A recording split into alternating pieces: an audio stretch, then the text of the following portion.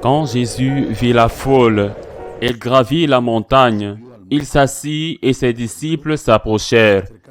Alors, ouvrant la bouche, il se mit à les instruire. Il disait, « Heureux les pauvres de cœur, le royaume des cieux est à eux. Heureux les doux, ils obtiendront la terre promise.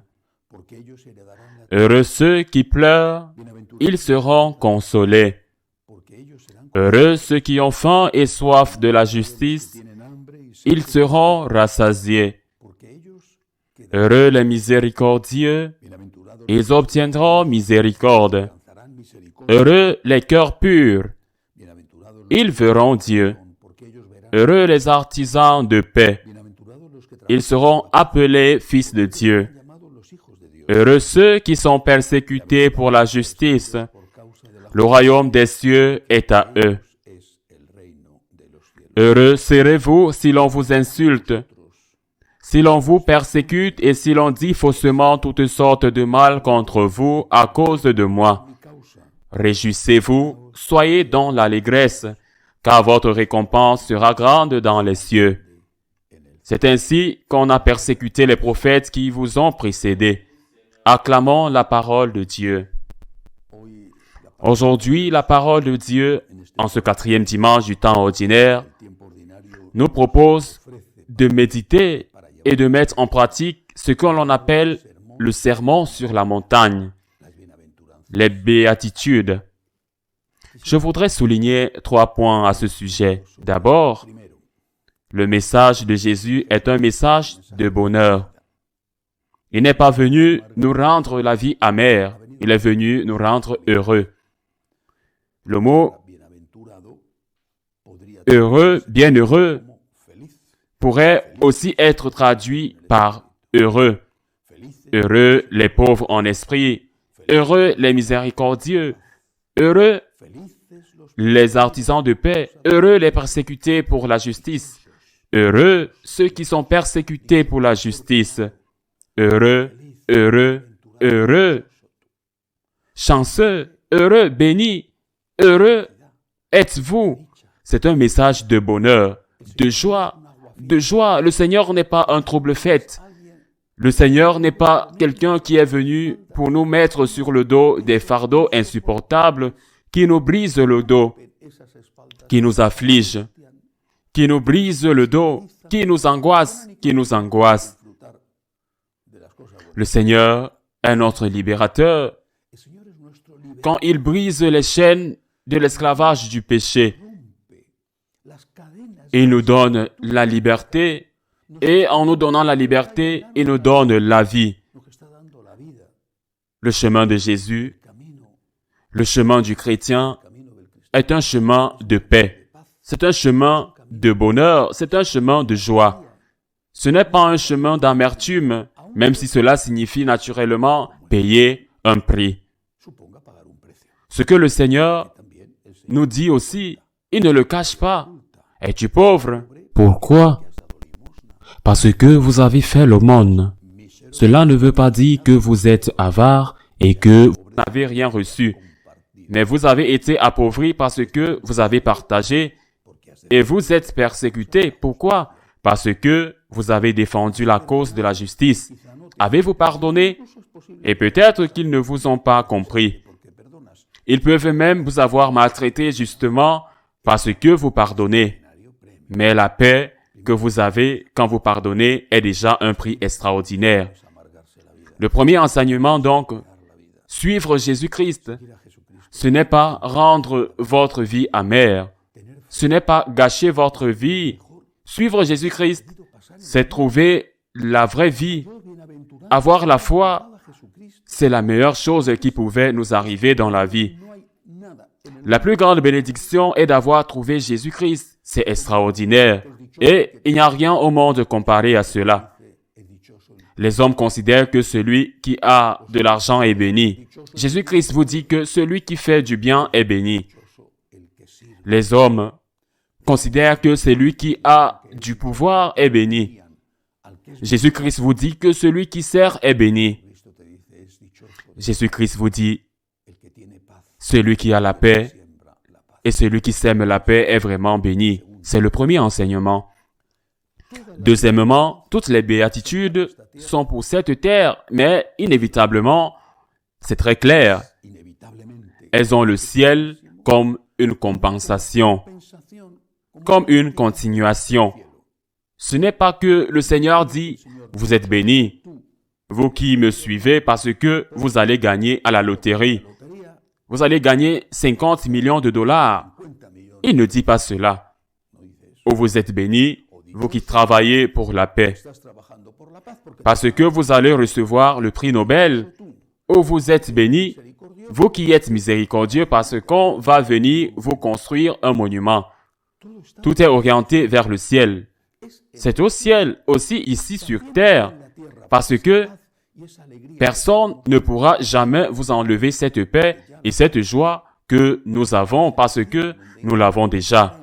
Mais c'est au ciel que nous retrouvons ce bonheur et où nous trouverons la récompense. Si vous avez fait l'aumône, vous serez récompensé là où vous en aurez le plus besoin. Vous faites un investissement dans une banque qui n'est pas une banque qui peut faire faillite, parce que le banquier est Dieu notre Seigneur. Si vous travaillez pour la paix, vous serez récompensé, non pas ici avec un prix, que peut-être même ceux qui travaillent pour la paix ne leur donnent pas, mais au ciel. Si vous luttez pour être chaste, la récompense sera ici, mais surtout au ciel. Donc,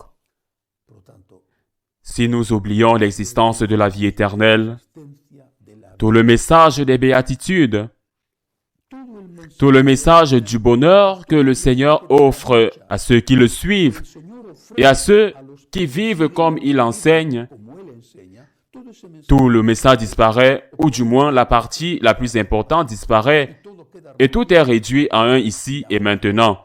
Je veux être heureux ici et maintenant. Je veux être en bonne santé ici et maintenant. Je vais avoir de l'argent ici et maintenant. Et quand cela n'arrive pas, parce que cela n'arrive pas, et quand tu n'as pas un problème, tu en as 10. Et quand tu penses que tu n'en as pas, tu trembles parce qu'il peut apparaître à tout moment à toi ou à l'un des tiens. Où ne devons-nous jamais perdre de vue l'existence de la vie éternelle, de la récompense et aussi du châtiment que Dieu donne à ceux qui aiment ou à ceux qui n'aiment pas, récompense ou châtiment. Non pas que cela doive être la chose la plus importante, mais nous devons le garder à l'esprit. Le Seigneur dit, « Heureux êtes-vous si vous aimez ici sur terre, et vous aurez aussi la meilleure récompense qui puisse être donnée, qui est d'être avec moi éternellement au ciel, car le ciel existe. » Troisième enseignement. Je suis frappé par le fait que lorsque Jésus débite les béatitudes, il ne les relie pas par la conjonction, c'est-à-dire qu'il ne dit pas « Heureux les pauvres dans le ciel »,« Béni soient pauvres en esprit » et « Béni soient les doux » et « Béni soient ceux qui pleurent » et « Béni soient ceux qui ont faim et soif de la justice », comme si pour être béni, pour être béni, pour être heureux, il fallait être tout. Il ne dit pas ça. Il dit « Béni soient les pauvres ». Point barre. Béni soient les miséricordieux. Point barre. Béni soient ceux qui œuvrent pour la paix. Point barre. Si nous devions résumer toutes les béatitudes, nous dirions « Heureux ceux qui aiment ». Ceux qui aiment et ceux qui aiment comme le Christ nous l'a enseigné. Ceux qui aiment Dieu et ceux qui, pour l'amour de Dieu, aiment leur prochain comme le Christ nous l'a enseigné. Car celui qui aime est miséricordieux. Celui qui aime certainement de manière inévitable est quelqu'un qui subira la persécution de ceux qui n'aiment pas et qui en veulent à l'existence de celui qui aime parce que c'est pour eux une accusation silencieuse. Bon.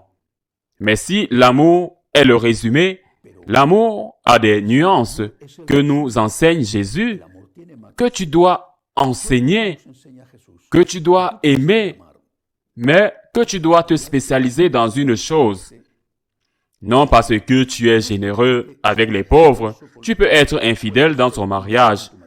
Ou non parce que tu es une personne qui travaille pour la paix. Par exemple, tu peux être une personne égoïste qui n'aide pas les autres. Ou non parce que tu es une personne capable de pardonner avec un grand cœur.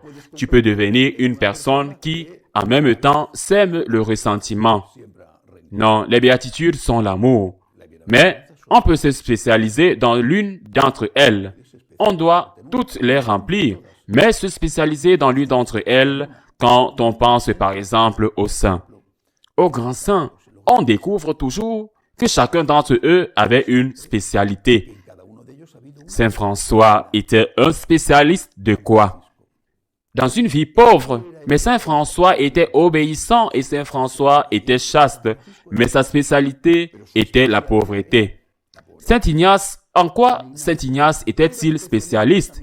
En l'obéissance, mais il était aussi pauvre et il était aussi chaste, oui, mais sa spécialité était l'obéissance.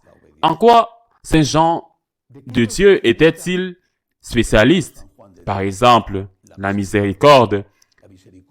La miséricorde envers les malades, envers les fous. Il était aussi une personne qui vivait pauvrement, qui vivait chaste, une personne qui était obéissante. Chacun de nous, nous sommes tous appelés à aimer et dans l'amour, nous trouvons le bonheur. Nous sommes heureux quand nous aimons et nous trouverons la récompense de l'amour, déjà sur la terre et surtout au ciel. Mais étant différents et ayant reçu des dons différents, chacun de nous, qui doit remplir le minimum dans toutes les facettes de l'amour, doit se spécialiser dans une de ces facettes. C'est ce qu'ont fait les saints. Saint François était obéissant et chaste. Cela lui a coûté la chasteté. Il était obéissant et chaste, mais sa spécialité était la pauvreté.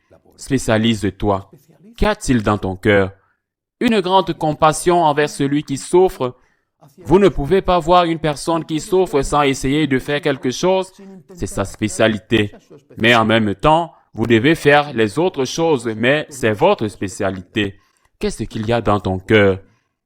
Dans votre cœur, il y a de la douleur. Quand vous voyez l'injustice, c'est votre spécialité. Nous devons aimer. Seul le chemin de l'amour nous rend heureux. Et Jésus-Christ est venu pour nous rendre heureux, pour nous apprendre le chemin du bonheur, le chemin de l'amour. Mais dans ce chemin de l'amour, il y a différentes manifestations, différentes manières d'aimer. Et chacun de nous a reçu de Dieu un don spécial, un charisme spécial pour ce don de l'amour. Le mettre en pratique à travers ce charisme que nous avons reçu, ce don que nous avons reçu, sans oublier le reste. Essayez d'avoir un 10 dans une matière et bien sûr, gardez au moins la moyenne dans les autres. Ainsi soit-il.